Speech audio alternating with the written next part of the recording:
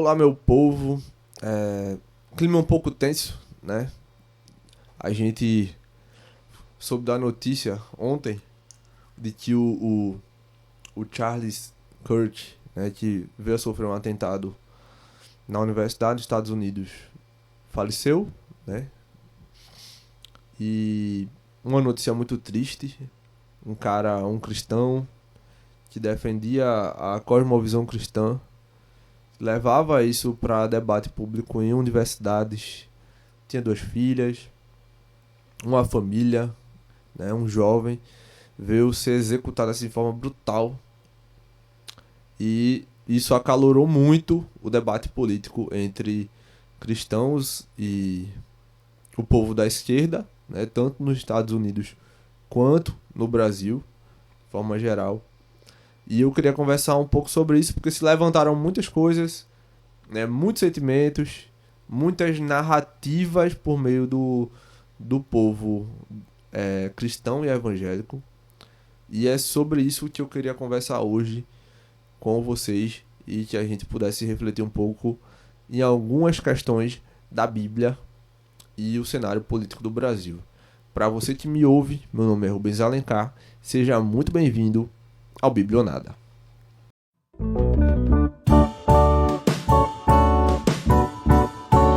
Então, pessoal, muito triste o que aconteceu, né? Foi um negócio terrível. Quem viu o vídeo viu a forma brutal como ele foi executado, assim, em pleno dia. O cara tava conversando com pessoas, assim. Ele era um cara muito pacifista.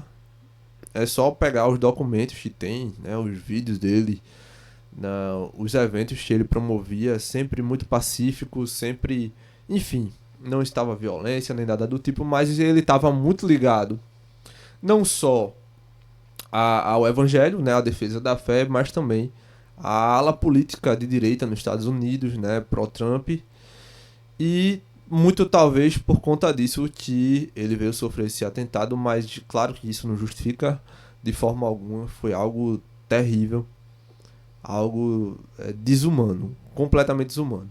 Bom, depois que isso aconteceu, aquele debate acalorado, né, entre a esquerda e a direita veio a tomar uma proporção muito grande nos Estados Unidos e no Brasil, mais ainda, né, com a questão de Bolsonaro, e Bolsonaro foi inelegível, aquela coisa toda, e aí começaram o debate acalorado a aparecer, né? Muitas pessoas, depois da morte, da execução do Kurt, se posicionando a favor, muitas pessoas comemorando, e aí a, a, a resposta, né, pela direita e pelos cristãos em relação a isso, né? Muitas pessoas imputando, olha, veja como eles são maus, né? Como a esquerda representa a maldade, a ruindade. E isso aí trouxe aquele velho, né, aquela velha polarização de que a direita, a direita no Brasil, né, representada por Bolsonaro desde 2018 em diante, representa o bem, né, a vontade de Deus, e a esquerda como representa a maldade, a o inimigo, né, o diabo, as forças do mal, tal, esse tipo de coisa que tem que ser combatido, e esse povo e esse tipo de coisa, um discurso de ódio, né, não deixa de ser um discurso de ódio, de inimizade entre cristãos e o povo de esquerda, né? E aí eu queria refletir um pouco com vocês sobre isso, né? Porque a Bíblia, ela fala muito claramente sobre isso, né? A Bíblia é um manual nosso sobre política, e eu vejo que desde das eleições de 2018, os evangélicos não entenderam muito não, né? Sobre como ser cristão, como se relacionar com a política sendo cristãos. A gente viu, só lembrando um pouco, relembrando um pouco do cenário político de 2018 em diante,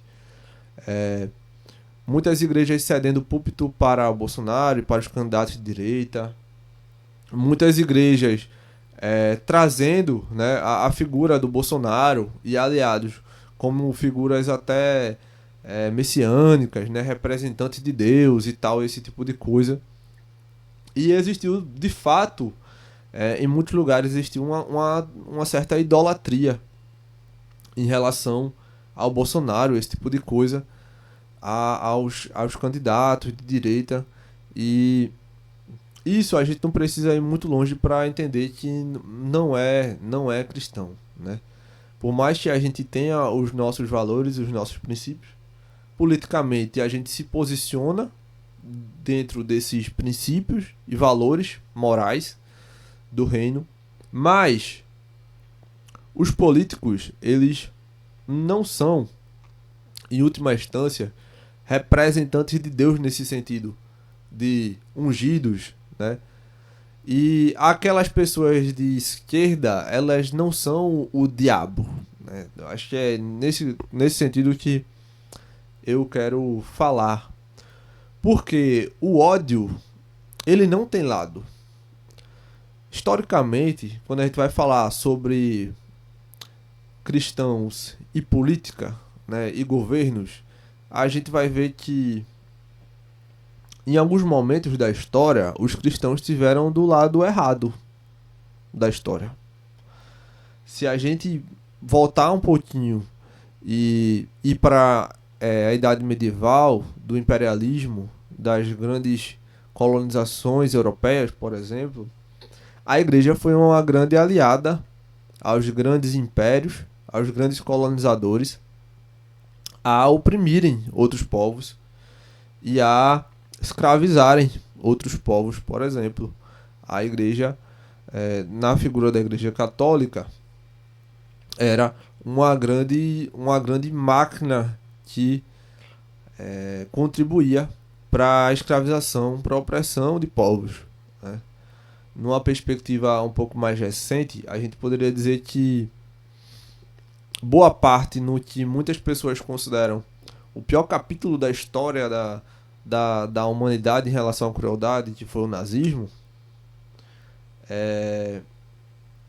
muitos protestantes luteranos ficaram e foram a favor do Bigodinho, né? Porque eu não posso falar muito o nome, porque senão, né, o YouTube não gosta. Mas enfim, vocês entenderam. Muitos foram a favor, né, dele e dessas ideias, né?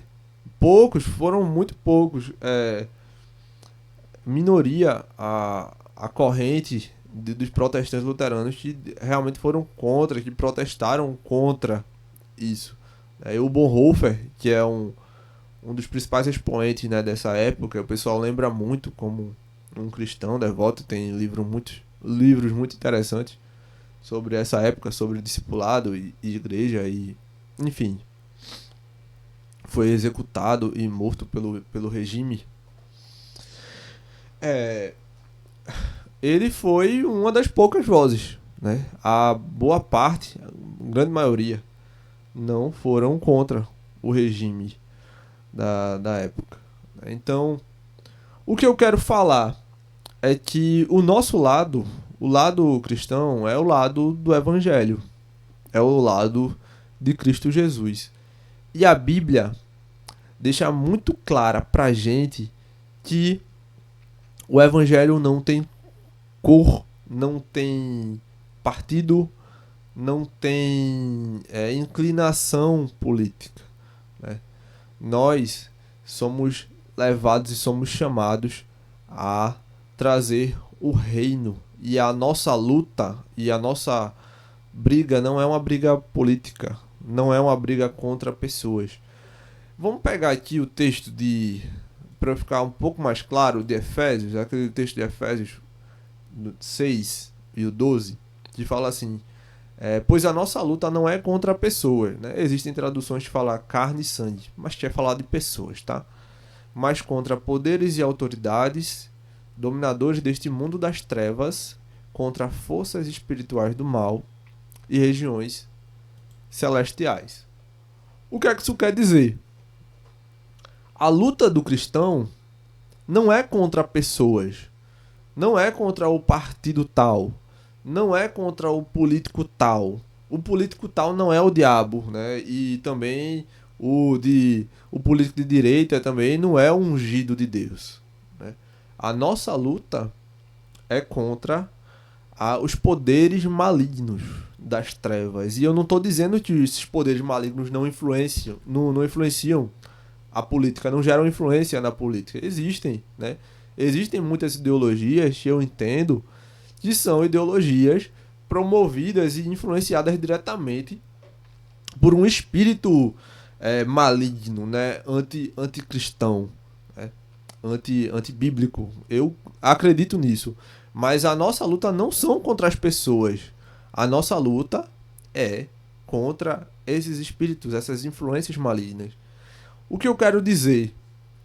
O nosso discurso não pode ser um discurso de ódio, porque o cristão não pode odiar as pessoas. O ódio não é um sentimento cristão. A inimizade, a, a, a, o espírito, né? O sentimento de desejo de, enfim, morte, de mal para outras pessoas, isso não pode ser cristão. Eu falo isso porque o Kurt veio a falecer e muita gente da esquerda comemorou, e tem muitos cristãos falando assim: ah não, veja que absurdo, que eles são isso e tal. Mas quantos comentários você não já viu de que, olha, e se Lula morresse? Muita gente ia comemorar. Aí eu falo assim: e se acontecesse? Se o Lula, alguém viesse a executar, matar o Lula? Você tem certeza de que ninguém da direita ia comemorar? De que não existiam comentários, ainda bem, olha, graças a Deus e tal, ou esse tipo de coisa? Eu tô seguro de que sim. Existiriam esse tipo de comentário, esse tipo de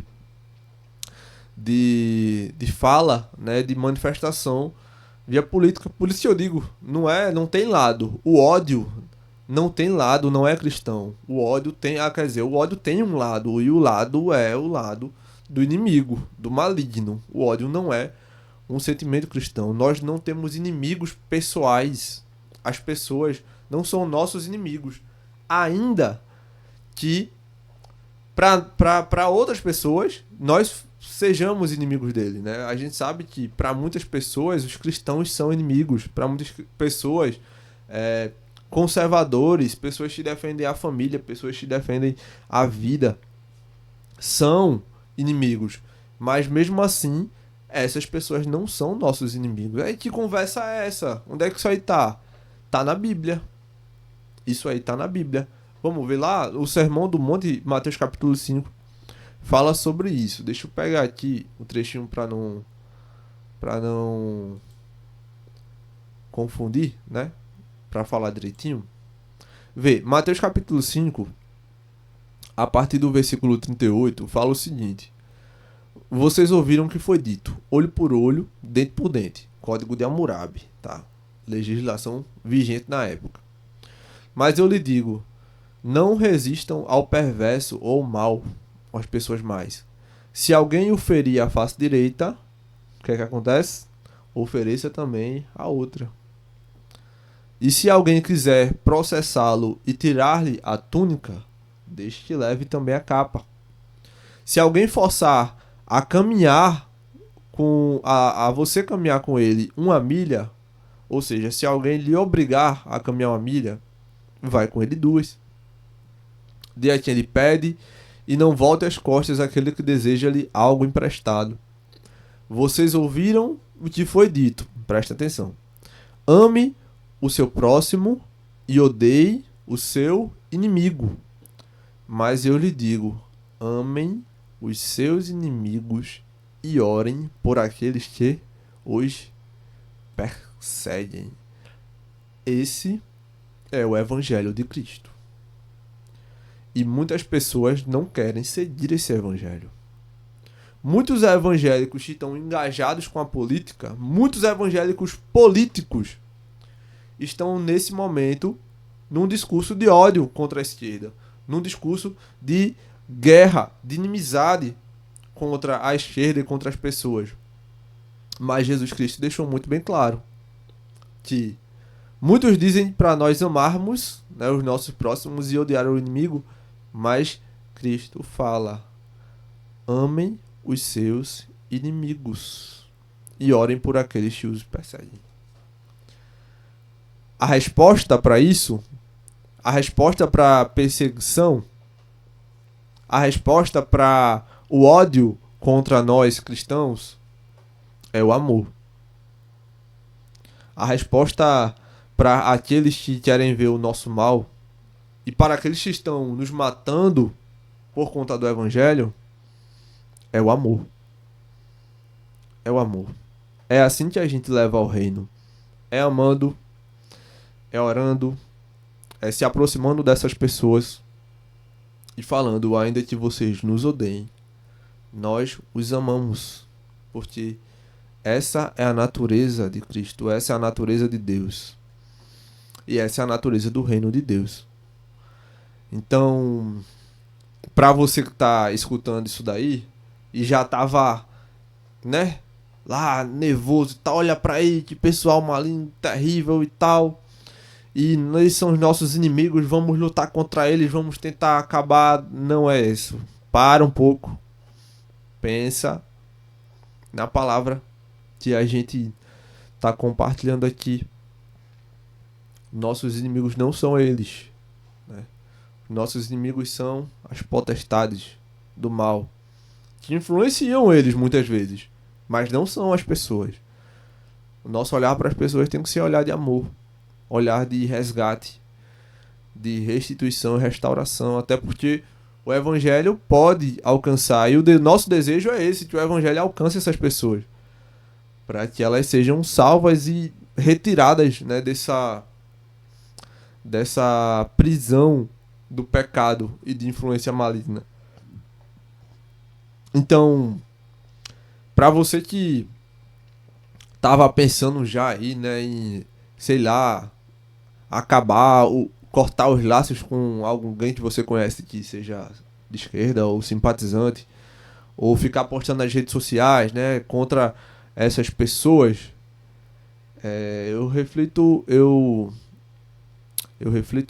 eu sugiro a você que reflita um pouco sobre isso, sobre a palavra, sobre essa parte do Sermão do Monte, Mateus capítulo 5, a partir do 38, e que a gente possa pedir a Deus para que possamos amar essas pessoas. Eu não estou dizendo que é fácil, né? Não é fácil, mas esse é o caminho. Eu não vejo como caminho para a solução do Brasil, para a solução dessa polarização, o embate, a disputa, a briga, mas o amor através da igreja, o diálogo e o evangelho genuíno, puro. A direita não representa o evangelho. Cristo representa o evangelho. A igreja, ela não pode representar um partido político com um viés político. Ela tem que representar Cristo Jesus. Então que você possa refletir um pouquinho nisso, a gente possa refletir um pouco nisso e pensar um pouco a forma como a gente está tratando as pessoas. E que mais pessoas venham a refletir nisso e venham a talvez mudar o discurso. Para você, se você é cristão e é de esquerda, né, ou simpatiza, né, com a esquerda, pense nisso também, tá? O caminho do evangelho é um caminho de amor. Eu sei que tem muitas pessoas que infelizmente estão entrando para o caminho da idolatria, da politização da igreja, mas olhe para essas pessoas com carinho também, com amor. Eu acho que no final das contas todo mundo quer o bem, né? O bem da nação, o bem do Brasil, e todo mundo quer que Deus ele haja, né, no Brasil de forma poderosa para salvar vidas e resgatar pessoas. Eu acho que esse deve ser o nosso objetivo. Tá certo? Acho que é isso.